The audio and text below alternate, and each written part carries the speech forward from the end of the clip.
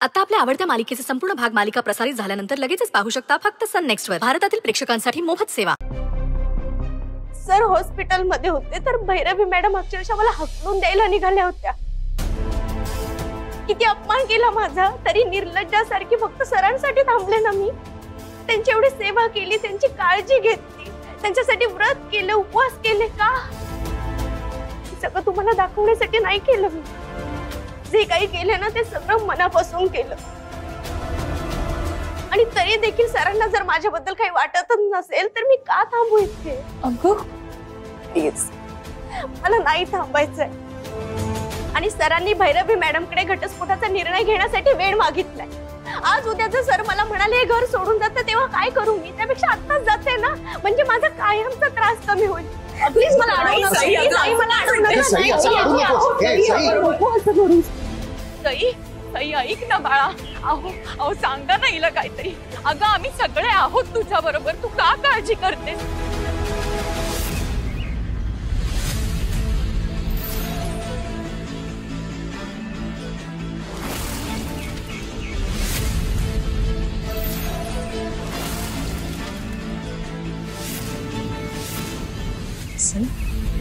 देवांशरावांची तब्येत कशी आता?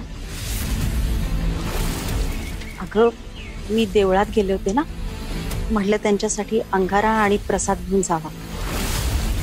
जानकी ताई माफ करा हा, तुम्हाला असं न सांगता अचानकच आले मी.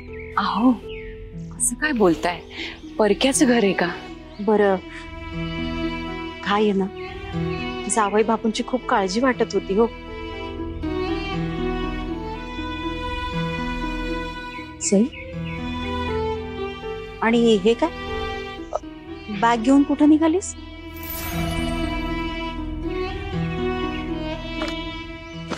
सई,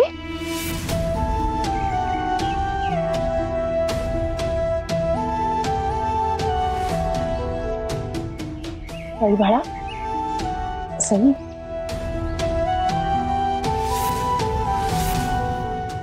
ए सई, काय झालं तुला रडायला? आई, या घरात नाही राहू शकत आता. देवांश सरांना सुद्धा माझ्यावर विश्वास नाहीये ग. विश्वास नाहीये म्हणजे? भैरवी मॅडम म्हणतात की मी सरांसाठी योग्य नाहीये. त्यांनी सरांना सांगितलं की सईसोबत घटस्फोट घे म्हणून. आणि जावई बापू काय म्हणाले? म्हणाले की मला विचार करायला वेळ हवा. याचा अर्थ काय होतोय? त्यांनाही माझ्यासोबत नाही राहायचंय. सई, आपण काढू तसा अर्थ निघतो. जावई बापूंच्या मनात देखील असं काही नसणार आहे. मी माझ्या डोळ्यांनी बघितलंय. खूप प्रेम करतात ग तुझ्यावर. नाहीये, त्यांचं जर माझ्यावर प्रेम असतं ना तर ते माझ्या मागे खंबीरपणे उभे राहिले असते. पण त्यांनी भैरवी मॅडमकडे वेळ मागितलाय. अगं हे बघ, ते तुझ्या बाजूनी उभेही राहिले असते. पण तू त्यांची तब्येत बघतीयस ना, किती नाजूक झाली ते. हे बघ सई, तू त्यांना समजून घ्यायला हवंस. तेच ना, आम्ही सुद्धा हेच समजवतोय तिला. सई अगं तुझा काहीतरी गैरसमज झालाय बाळा. आपण ना शांतपणे बोलूया ना या सगळ्यावर. आई, मला कोणाचं काहीच ऐकायचं नाही. चल आपण आपल्या घरी जाऊया. सई अगं असं का?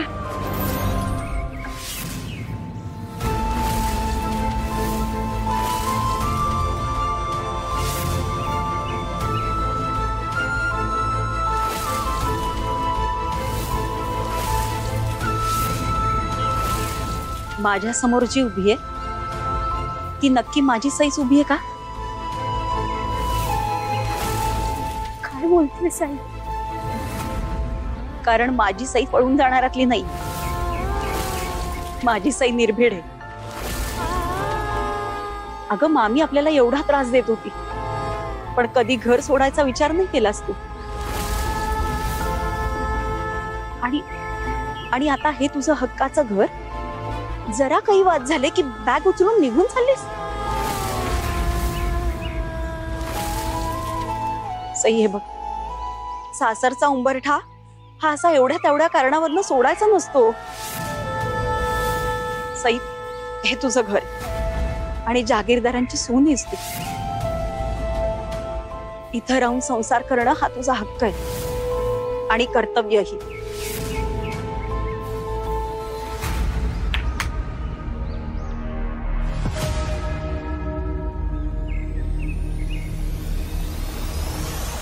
What a timing!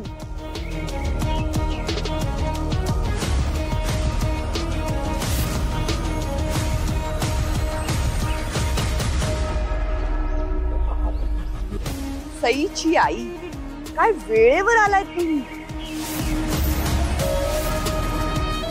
काय तुम्ही जर हिला घेऊन गेला नाहीत ना, तर काही दिवसांनी आम्हालाच हिला घराबाहेर धक्के मारून हकलवावं लागेल.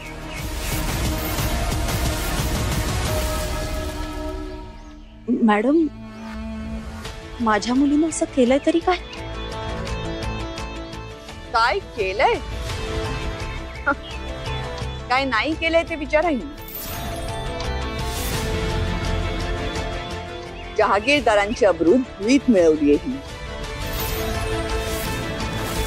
त्या विक्रमशी नको नको ते संबंध आहेत हिचे. अहो नाही मॅडम, माझ्या सईच्या मनात केवळ देवांश आणि देवांशच आहेत.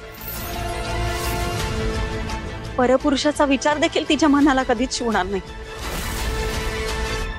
माझी मुलगी प्रत्येक नातं हे अत्यंत प्रामाणिकपणे सांभाळते हो. देवांश तर तिचे पती आहेत. ह्या नात्याचा अपमान ती कधीच करणार नाही. आणि राहिला प्रश्न त्या विक्रमचा, अहो मॅडम, आम्हाला सुरुवातीला तो माणूस खरंच साधा वाटला होता, पण फसवून त्यानं माझ्या मुलीशी मैत्री केली आणि ते गंभीर आजाराचं कारण दाखवून आमची सहानुभूती मिळवली हो. पण नंतर त्याचा डाव आम्ही बरोबर ओळखला. मॅडम, माझ्या मुलीला त्रास देण्यासाठी हे सगळं करतोय हो तो. या सगळ्याने तुमच्या सईला किती त्रास होतोय हे मला माहित नाही, पण एवढं मात्र नक्की की तुम्ही मायलेक मिळून काहीतरी नाटक करताय. आणि या गोष्टीवर माझा पूर्ण विश्वास आहे की तुम्हीच आम्हाला फसवता. मला काय वाटतं ना, या सईचं त्या विक्रमशी आधी लग्न झालं होतं आणि आमची श्रीमंती बघितल्यानंतर हिची मती फिरली आणि फक्त पैशांसाठी हिने माझ्या मुलाशी लग्न केलं. अहो मॅडम, आई प्लीज. तू मॅडमला कितीही समजवलं ना तरी त्या नाही समजून घेणार आहे. त्यांना माझ्यावर विश्वास नाहीये. या आधी सुद्धा मी त्यांना खूप समजावून सांगितलंय, खूप प्रयत्न केले, पण त्यांना नाही समजून घ्यायचंय.